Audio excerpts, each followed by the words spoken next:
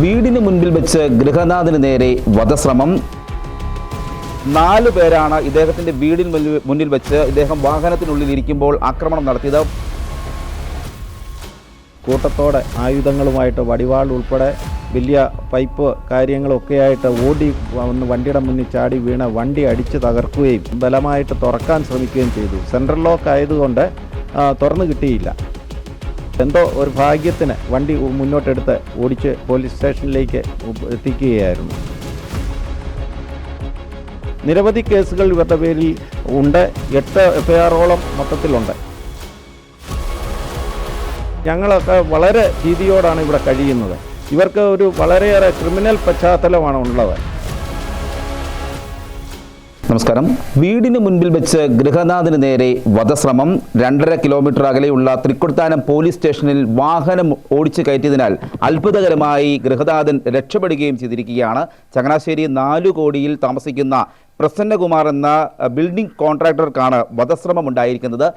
4 പേരാണ് ഇദ്ദേഹത്തിൻ്റെ വീടിന് മുന്നിൽ വെച്ച് ഇദ്ദേഹം വാഹനത്തിനുള്ളിൽ ഇരിക്കുമ്പോൾ ആക്രമണം നടത്തിയത്. വടിവാൾ ഉൾപ്പെടെയുള്ള മാരക ആയുധങ്ങളുമായി ആക്രമിക്കാൻ എത്തുകയായിരുന്നു. കഴിഞ്ഞ ചൊവ്വാഴ്ച രാവിലെ വീടിന് പുറത്തേക്ക് ഇറങ്ങുമ്പോഴാണ് അവിടെ പതിയിരുന്ന 4 അംഗ സംഘം ചേർന്ന് ആക്രമണം നടത്തിയത്. ഈ അക്രമത്തിൻ്റെ CCTV ദൃശ്യം ഉൾപ്പെടെ പോലീസിൽ പരാതി നൽകിയിട്ടുണ്ട്. തൃക്കൊടിത്താനം പോലീസ് ഇപ്പോൾ 5 പേർക്കെതിരെയാണ് കേസെടുത്തിരിക്കുന്നത്. ഏതായാലും ഭാഗ്യം കൊണ്ടാണ് ജീവൻ തിരിച്ചു കിട്ടിയതെന്ന് പ്രസന്നകുമാർ ഇപ്പോഴും പറയുകയാണ്. മുൻപ് 4 തവണയാണ് അദ്ദേഹത്തിന് നേരെ ആക്രമണം ഉണ്ടായിരിക്കുന്നത്.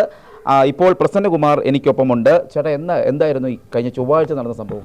ചൊവ്വാഴ്ച രാവിലെ 7:15 കൂടി ഞാൻ സൈറ്റിൽ പോകാനായിട്ട് വണ്ടിയെ കയറി വണ്ടി ഗേറ്റ് കടന്ന് റോഡിലേക്ക് ഇറങ്ങുന്ന സമയം പെട്ടെന്ന് 4-5 ആളുകൾ കൂട്ടത്തോടെ ആയുധങ്ങളുമായിട്ട് വടിവാൾ ഉൾപ്പെടെ വലിയ പൈപ്പ് കാര്യങ്ങളൊക്കെയായിട്ട് ഓടി വന്ന് വണ്ടിയുടെ മുന്നിൽ ചാടി വീണ വണ്ടി അടിച്ച് തകർക്കുകയും സൈഡ് സീറ്റ്, എൻ്റെ ഡ്രൈവിംഗ് സീറ്റ് ബലമായിട്ട് തുറക്കാൻ ശ്രമിക്കുകയും ചെയ്തു. സെൻട്രൽ ലോക്ക് ആയതുകൊണ്ട് തുറന്നു കിട്ടിയില്ല.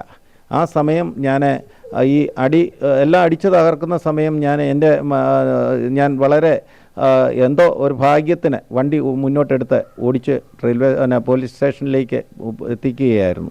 അതുകൊണ്ട് മാത്രമാണ് ഞാൻ രക്ഷപ്പെട്ടത്. ഇപ്പോൾ ഒരു 6 മാസക്കാലമായിട്ട് ഇപ്പം ഇതിനു മുമ്പേ 3 ആക്രമണം കൂടെ ഉണ്ടായിട്ടുണ്ട്. മൊത്തത്തിൽ 4 ആക്രമണമാണ് മൊത്തത്തിൽ ഉണ്ടായിട്ടുള്ളത്.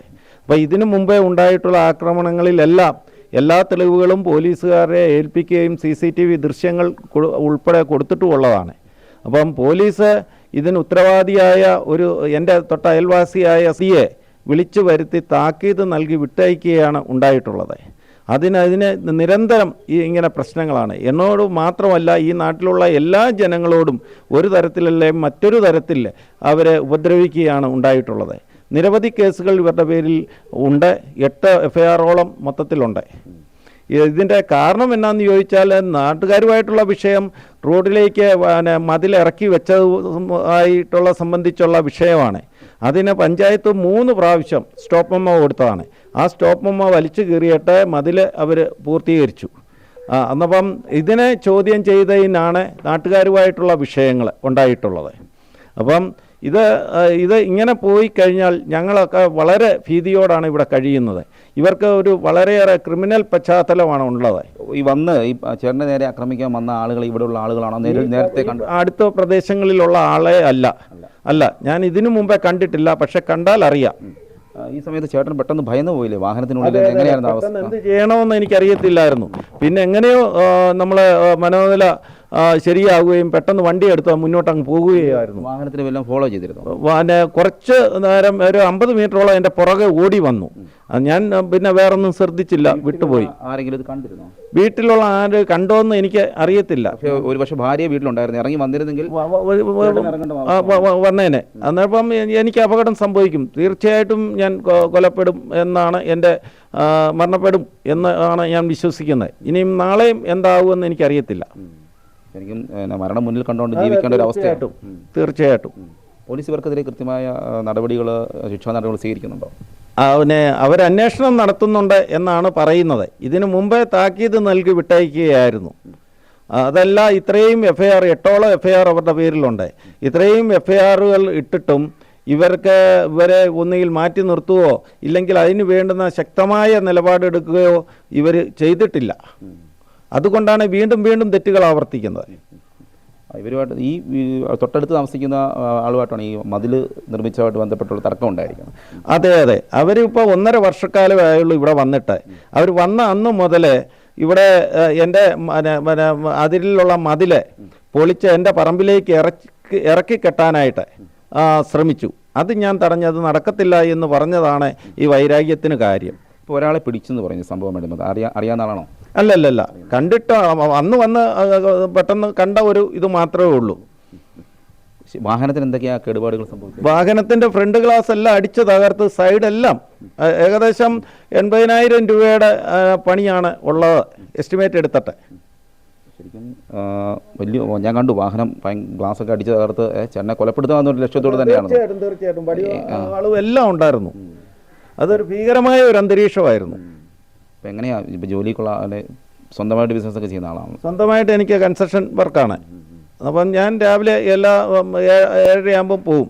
അതും ഈ കൊലയാളികളെ ഇല്ലെങ്കിൽ ഈ ഗുണ്ട സംഘങ്ങളെ തലേദിവസം മുതൽ ഇവരുടെ വീട്ടിൽ ഉണ്ടായിരുന്നു. ശരിക്കും എങ്ങനെ ജീവിക്കാനുള്ളൊരു ഭയം ഉണ്ടല്ലേ? തീർച്ചയായിട്ടും. പാലക്കാടൊക്കെ നമ്മൾ കണ്ടാണ്. അതെ അതെ, തീർച്ചയായിട്ടും. അത് നാളെ ആവർത്തിക്കത്തില്ലെന്ന് നമുക്ക് പറയാൻ പറ്റത്തില്ല. അതിന് ശക്തമായ നിലപാടുകൾ എടുത്തില്ല എങ്കിൽ ഇവിടെ ആരെങ്കിലുമൊക്കെ മരണപ്പെടും. വൈഫൊക്കെ എന്താ പറയുന്നത്? വൈഫൊക്കെ മാസങ്ങളായിട്ട് അവരെല്ലാം ഭീതിയോടാണ് കഴിയുന്നത്. വൈഫിന് ഉറക്കവേ ഇല്ല. അതിനാന്ന് ചോദിച്ചാൽ ഇവിടെ ഒരു ഷെഡ് ഉണ്ടായിരുന്നു. ആ ഷെഡ് മതിലിലെ കയറി നിന്നുകൊണ്ട് രാത്രി 2 മണിക്കൊക്കെ അറക്കുന്ന ഷെഡിൻ്റെ ഷീറ്റ് അറക്കുന്ന സംഭവം ഉണ്ടായിട്ടുണ്ട്.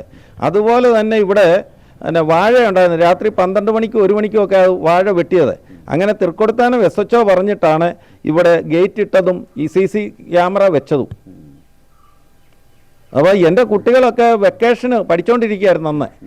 വെക്കേഷന് വീട്ടിൽ വന്നാൽ പോലീസുകാർ പറയുന്നത് എന്നാന്ന് വെച്ചാൽ നിങ്ങൾ കുട്ടികളെ നിങ്ങൾ എത്രയും പെട്ടെന്ന് പറഞ്ഞു ഇവിടെ നിർത്തരുതെന്ന്. ശരിക്കും ഈ വീടിന് പുറത്തിറങ്ങാൻ കഴിയാത്ത ഒരു സാഹചര്യം. അതെ അതെ, തീർച്ചയായിട്ടും. ശരിക്കും ഈ സംഭവവുമായി ബന്ധപ്പെട്ട് 5 പേർക്കെതിരെയാണ് ഇപ്പോൾ FIR രജിസ്റ്റർ ചെയ്തിരിക്കുന്നത്. തിരുവല്ല സ്വദേശിയായ ഒരു യുവാവിനെ ഇപ്പോൾ പോലീസ് പിടികൂടിയിട്ടുണ്ട്. മറ്റ് 4 പേരെ കൂടി പിടികൂടുമെന്നാണ് തൃക്കൊടുത്താനം SHO അറിയിച്ചിരിക്കുന്നത്. ഇദ്ദേഹത്തിൻ്റെ വീട്, പ്രസന്നകുമാർ എന്നയാളുടെ വീടിൻ്റെ തൊട്ട് സമീപത്തായി താമസിക്കുന്ന ഒരു കുടുംബവുമായി നിരന്തരമായി പ്രശ്നമുണ്ട്.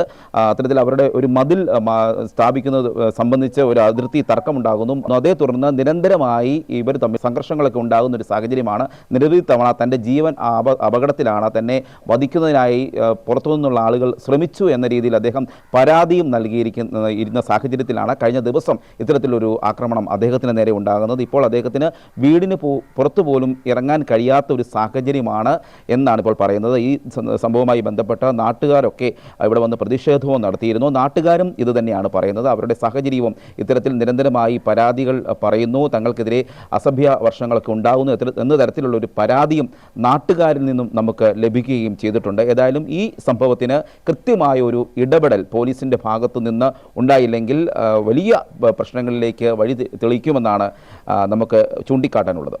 Cameraman ജിതിനൊപ്പം CR Sam, Marunadan Malayali, Changanassery.